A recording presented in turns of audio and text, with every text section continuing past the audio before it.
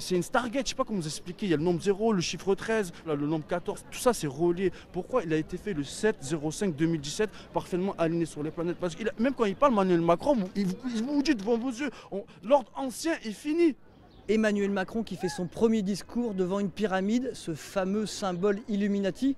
Et ça serait une coïncidence?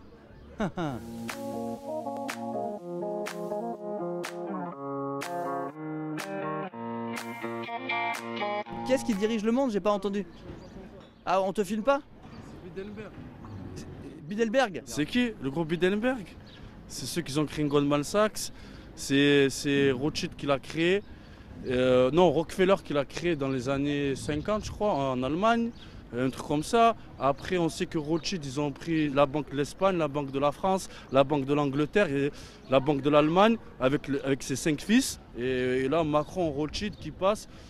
C'est la plus belle entourloupe du XXIe siècle qu'on ait vécu devant nous. Mais là, il y a trop de théories d'un coup, là, je suis perdu, là, moi. Là, c'est factuellement faux. Ben non, c'est vrai. Alors, qu'est-ce qui est faux, là? Ce que dit monsieur, que les banques centrales ou les banques importantes dans le monde sont détenues par la famille Rothschild, c'est factuellement faux. C'est absolument faux. Vous l'avez sans doute lu sur des sites conspirationnistes ou dans des bouquins complotistes, mais ce que vous dites là, ça n'existe pas. La création de l'OTAN, la création de l'UNICEF, la création de Goldman Sachs, comme ça on ne croit plus que c'est les Bilderberg qui tiennent, mais c'est toujours eux sur Goldman Sachs. C'est quoi la preuve derrière? C'est quoi le symbole? La preuve que l'UNICEF, par exemple, est dirigé par Bilderberg?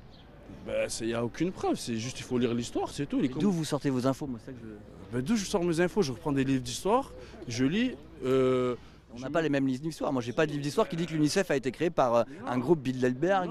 Rudy, explique-nous un peu, c'est quoi cette théorie autour du groupe Bilderberg? Ce qui est une réalité, en fait, c'est que c'est un groupe de socialisation des puissants, effectivement. Ça existe donc? Oui, ça existe depuis 1954. Ils se réunissent tous les ans. On en connaît la liste qui est publique. Ce qui s'y dit ne doit pas sortir de là. Et donc vous avez des journalistes, vous avez des politiques et vous avez également des industriels. C'est pour pouvoir parler à bâton rompu. Or, le complotisme contemporain voit le Bilderberg comme le lieu où se concentrent, où se prennent les décisions en fait pour le monde entier. C'est eux qui gèrent tout, c'est eux qui font le jour et la nuit, comme le CRIF, c'est eux qui gèrent le jour et la nuit de la Comme le CRIF? Bien sûr, le CRIF, ils font une réunion une fois par an, mais c'est quoi les réunions? Vous croyez qu'ils font Malzentov? En gros, ce que je veux dire, c'est que c'est les Juifs qui dirigent le monde. Non, là. ça n'a rien à voir, non. C'est justement eux, c'est pas eux, c'est les Juifs de nos jours, il ne faut pas confondre Juifs et sionistes, monsieur. Vous êtes dans quelque chose qui est un développement contemporain de vieux matériel symbolique antisémite.